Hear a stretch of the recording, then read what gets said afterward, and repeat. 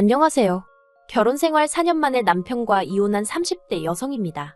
인정하고 싶지 않지만 아까운 청춘을 남편 같은 사람을 만나서 참으로 부질없이 보낸 것 같아요. 물론 눈에 넣어도 아프지 않을 우리 딸을 생각하면 엄마로서 이런 말을 한다는 게 미안하지만 처음부터 남편을 만나지 않았다면 우리 딸도 이렇게 이혼 가정이니 편모 가정이니 그런 소리 들으며 자랄 필요도 없었을 텐데 그래서 더 미안한 마음만 드네요. 솔직히 이혼을 결심하기까지 그 과정이 쉽지만은 않았습니다. 이혼녀라는 딱지를 달고 혼자 딸을 키울 생각을 하니까 눈앞이 캄캄했거든요. 남편한테서 양육비나 제때 받을 수 있을지 그것도 걱정이었고요. 그래서 비록 제가 안정적인 직장을 다니고 있기는 했어도 몇 푼이라도 더 받아내야겠다는 생각뿐이었어요. 사실 남편이 완벽한 사람은 아니었지만 그래도 이렇게 이혼까지 하게 될 줄은 몰랐습니다. 어떻게 보면 저희가 이혼하게 된 불씨를 던진 사람은 남편이 아닌 시동생이거든요. 그리고 시동생 이야기를 하려면 일단 남편 이야기를 안 할 수가 없네요. 제가 남편하고 처음 만났을 당시 저는 32로 저 하나 아껴주고 가정에 책임감이 있는 그런 남자를 만나 결혼하고 싶었어요. 그리고 제 눈에는 남편이 딱 그런 사람으로 보였습니다. 비록 모아둔 돈은 많이 없었지만 시어머니와 시동생들에게 다정한 아들이자 오빠였고 듬직한 가장 노릇을 하는 사람이었으니 자기 가정이 생겨도 최선을 다하겠구나 싶었달까요. 그런데 지금에서야 생각해보면 헛똑똑이도 그런 헛똑똑이가 없었네요. 남의 집 기둥뿌리는 뽑아오는 게 아닌데 그걸 뽑아왔으니까요. 남편은 이남 일녀중 장남으로 경제적으로 녹록치 않은 집안에서 자랐다고 들었습니다. 시아버지라고 불러도 될지 모르겠는 게 남편은 늘 그 사람이라고 칭하거든요. 아무튼 그러니까 남편의 친아버지는 남편이 초등학교에 들어가던 시기에 술집 여자랑 눈이 맞아 집을 나갔답니다. 그리고 이후로 소식 한번 전하지 않다가 남편이 고등학교를 졸업하고 한참 현장에서 일하던 시기에 죽었다고 연락이 왔대요. 하지만 남편이나 시어머니는 원망이 컸고 시동생이랑 신우는 그런 아버지에 대한 기억이 거의 없었다고요. 그래서 장례 같은 것도 따로 안 치렀다 들었습니다. 그리고 저는 그 사연을 듣는 동안 가슴이 너무 아팠어요. 어떤 이유건 간에 집안에 가장 자리가 비어 있었으니 시어머니 혼자서 자식 셋을 건사하기가 쉽지는 않으셨겠구나 싶었으니까요. 그래서 저는 진심으로 시어머니나 시댁 식구들에게 잘해주고 싶었습니다. 저는 남편과 달리 경제적으로 유복하진 않아도 화목한 가정에서 사랑을 받으며 자랐기 때문에 남편이나 시댁 식구들에게도 저와 같은 추억을 만들어주고 싶었달까요. 그래서 다른 사람들이 어려운 가정 형편에서 자란 남자와 결혼하면 같이 고생이라고 조언을 해줄 때도 솔직히 그다지 귀담아 듣지 않았습니다. 돌이켜 생각해보면 정말로 제가 어리석었던 거지요. 아무튼 그렇게 시어머니가 혼자 자식 셋을 키우셨는데 문제는 자식 셋을 너무 달리 대하셨다는 거예요. 일단 신우는 막내임에도 불구하고 딸이라서 그런 건지 솔직히 시어머니 속을 누가 알겠습니까만 어쨌든 차별을 엄청나게 당했던 모양이에요.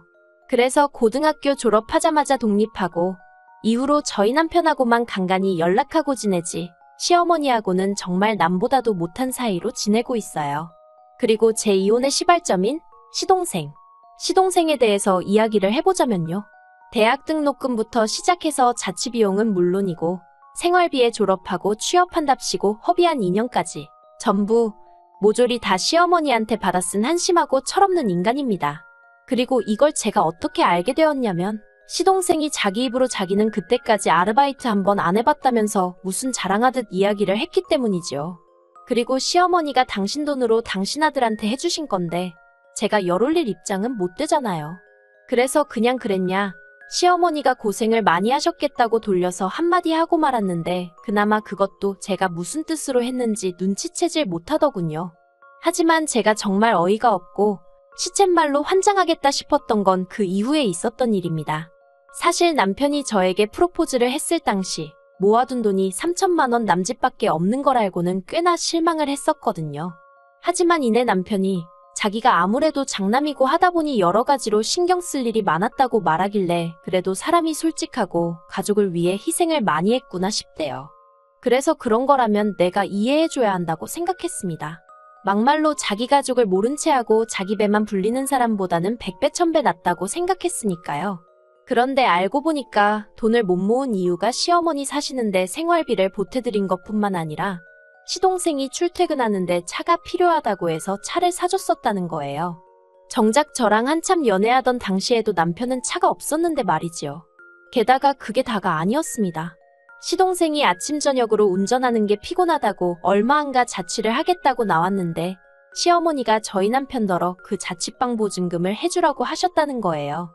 그리고 바보 같은 남편은 자취방 보증금은 계약이 끝나면 돌려받을 돈이니까 괜찮다고 생각해서 해줬다대요.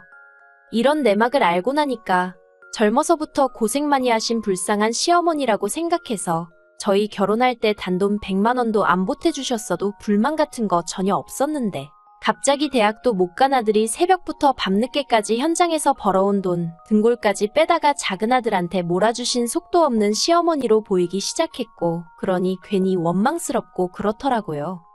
그런데 이런 제 속내를 알 리가 없으셨던 시어머니는 저에게 여러 가지로 기대하시는 바가 많으신 눈치였어요. 그리고 저는 결국 그래 시어머니도 당신 나름의 사정이 있으시겠지 생각하고 기왕 한 가족이 되었으니 내 할 도리는 하면서 잘해야겠단 마음으로 시간이 날 때마다 그때그때 사정에 맞게 최선을 다해 챙겨드렸습니다. 이건 시어머니도 인정하시는 바이고 남편도 몇 차례나 저에게 고맙다고 말했을 정도니까 저만의 착각이 아니에요. 몇 가지 일례로 신혼 때 남편이 없는데도 무턱대고 저희 집에 오셔서 주무시고 가시겠다 하셨을 때도 자식들 다 내보내고 나니 외로우셔서 저러신가 보다고 그래서 싫다 좋다군 소리 없이 며칠이고 방 하나 내드렸고요. 연락도 없이 친구분들 모시고 오셔서는 여기가 당신 큰아들 집이라며 저한테 차상 좀 내오라 과일 좀 깎아라 하실 때도 시어머니 기 살려드린다 생각하면 이까진 일이 대수냐 싶어서 내내하고 시키는 대로 해드렸어요. 그리고 이후로도 생신이며 명절이면 없는 살림에 빠듯한 생활비 쪽에서 여행도 모시고 다니고 그 맏며느리 자리가 뭐라고 그래도 어디 가서 시어머니가 아들 며느리 이야기할 때 부끄럽지 마시라고 나름대로 최선을 다해서 모셨네요.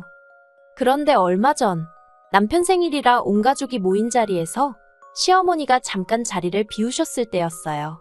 시동생이 저더러 이제 자기도 돈 좀 벌고 하니까 시어머니 앞으로 경차라도 한 대 뽑아드릴까 생각 중이랍니다. 아무리 경차라고 해도 한두 푼 드는 게 아닐 텐데 대단하네 싶어서 그러냐고 잘 생각했다고 그랬어요. 그런데 시동생이 자꾸 저 아닌 제 남편 눈치를 살피는 것 같아서 무슨 꿍꿍이가 있나 싶더라고요. 그래서 식사가 끝나고 가족들이 다 각자 자리를 일어선 후에 제가 남편더러 아까 시동생이 눈치를 주는 것 같던데 뭐였냐고 물었네요. 이때만 해도 솔직히 분위기도 나쁘지 않았고 저도 남편한테 장난처럼 떠보듯이 물어본 거였어요. 그런데 남편이 신경질적으로 시동생이 경차해준다는 게 저희더러 같이 하자고 그런 거랍니다. 자기 반 저희 반에서 해드리자는 거였다나요? 어이가 없어서 그걸 왜 우리가 보태냐고 물었어요.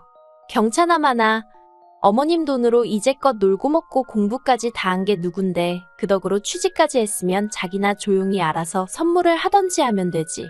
왜 우리더러 반을 보태라고 하느냐고 안 된다고 했습니다.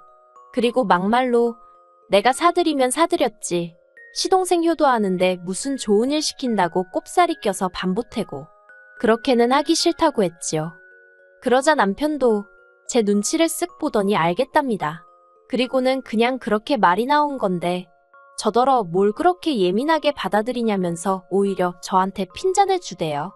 이후로도 잠들 때까지 어이가 없었지만 그래도 이렇게 얘기가 끝났다 싶어서 저도 더는 왈가왈부하지 않았어요.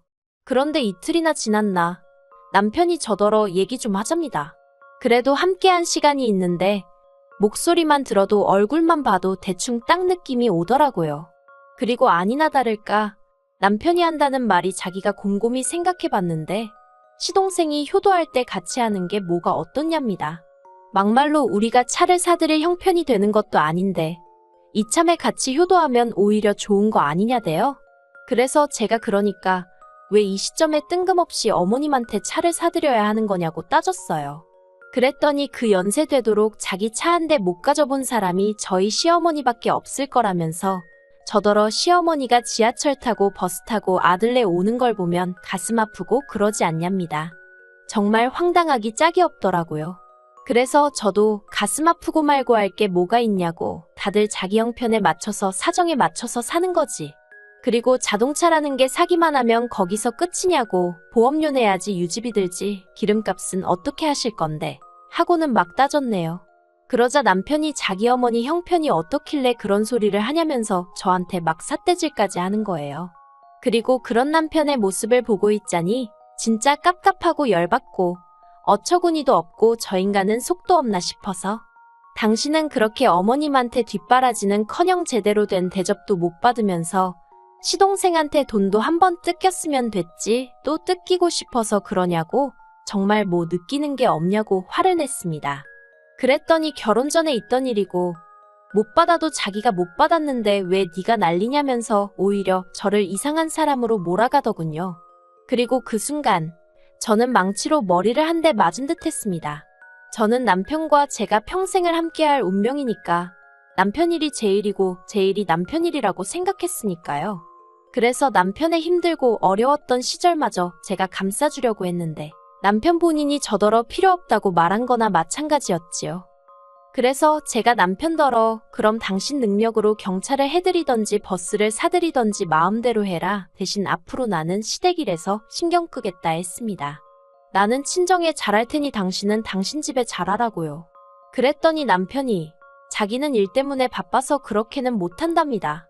그래서 그건 당신 사정이지 하니까 남편이 저더러 너는 맏며느리잖아 하고는 소리를 빽 지르는 거예요.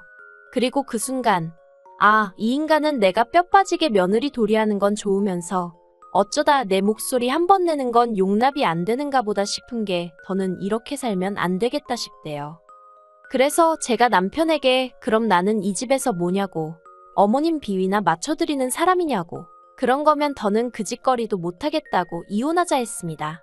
그랬더니 남편도 한다는 소리가 그까짓 거 경차 돈반 보태는 거 1000만 원이면 뒤집어 쓸 건데 그깟 돈 때문에 집안 분란을 일으키고 시어머니 가슴에 대못을 박았다면서 자기야말로 저랑은 못 살겠답니다. 저한테 너무 실망했다나요. 그리고는 한다는 소리가 이혼 소리는 제 입에서 먼저 나왔으니까 제가 위자료를 줘야 된대요. 우리 딸이 아빠 없이 자라게 된 것도 전부 다 저 때문이라면서 그 어린 애한테 너는 엄마 때문에 이제 아빠 못 보고 사는 거야. 그 소리를 몇 번이나 하는 게 아니겠어요. 정말 또라이도 저런 또라이가 있나 싶어서 결국 그 길로 애 데리고 친정으로 나왔습니다. 그리고 저는 바로 변호사를 고용했어요. 정말 다행인 게 제가 벌어오는 돈으로 아파트 대출 갚고 적금 들고 비교적 굵직굵직한 일들을 처리했고 남편 월급으로는 각종 공과금이며 생활비로 다 사라져버렸거든요. 남편이 세금이 어쩌고 하면서 먼저 그렇게 하자고 해서 그대로 따라준 건데 그게 저에게 도움이 될 줄 누가 알았겠어요? 덕분에 온통 귀찮은 자비는 남편이 도맡아 정리해야 하는 상황이 되었더라고요. 그 꼴을 보는데 얼마나 고소하던지. 그리고 결론부터 말하자면 결혼 생활 기간이 4년이라서 많이는 아니지만 그래도 위자료 500 받아냈습니다. 그리고 아이 양육비는 남편이란 작자하는 꼬락서니를 봤을 때 절대로 매달 받아낼 수 있을 것 같지가 않더라고요. 그래서 아파트 대출이 많이 남아있긴 했지만 그래도 양육비를 일시에 받는 셈치고 아파트를 제가 갖기로 하고 이혼했어요. 솔직히 부동산의 어두운 남편은 이 아파트가 얼마나 가치가 있는지 모르니 당장 매달 양육비니 뭐니 안 나간다 생각하니까 좋았나 봐요. 제가 먼저 이렇게 하자 하니까 오히려 저를 바보 취급하면서 좋다고 사인하더라고요. 저렇게 어리석고 셈에 어두운 사람인 줄 모르고 그저 순하고 착하고 가족애가 넘친다고 좋아했던 제가 머저리였네요. 그리고 마침내 법적으로 남남이 되기 며칠 전 어머님께 전화가 걸려왔었어요. 어머님은 그래도 여자가 남자 없으면 고생이라고 저더러 참고 살라셨지만 제가 막말로 친정이 없는 것도 아니고 그렇다고 직업이 없는 것도 아니고 뭐 한다고 정신 빠진 인간 뒤치다꺼리나 해가면서 돈 벌고 애 키우며 살겠습니까? 어머님께 이런 전화도 이제 하지 마시라 불편하다 정중히 말씀드렸네요. 수화기 너머로 어머님 우시는 소리를 들으니까 마음이 편치 않았지만 남편 말대로 제 어머니도 아니고 남인데 뭐 그런 것까지 제가 신경을 쓰나 싶어서 제가 먼저 전화 끊었어요. 솔직히 저는 똥 밟은 거고요. 남편은 지발로 복을 걷어찼다고 생각해요. 이제 남편이란 작자는 보나마나 다시 매일같이 죽어라 돈 벌어서 남 좋은 일이나 시키며 살겠지요. 지 복대로 사는 거라 하니 제가 뭐 해줄 말이 없네요. 저는요? 저는 이제 인생 2막을 시작해보려고 합니다. 똥 한 번 밟아봤는데 설마 2번 밟겠어요? 조심 또 조심하면서 살아보려고요. 그러면 좋은 날이 오겠지요.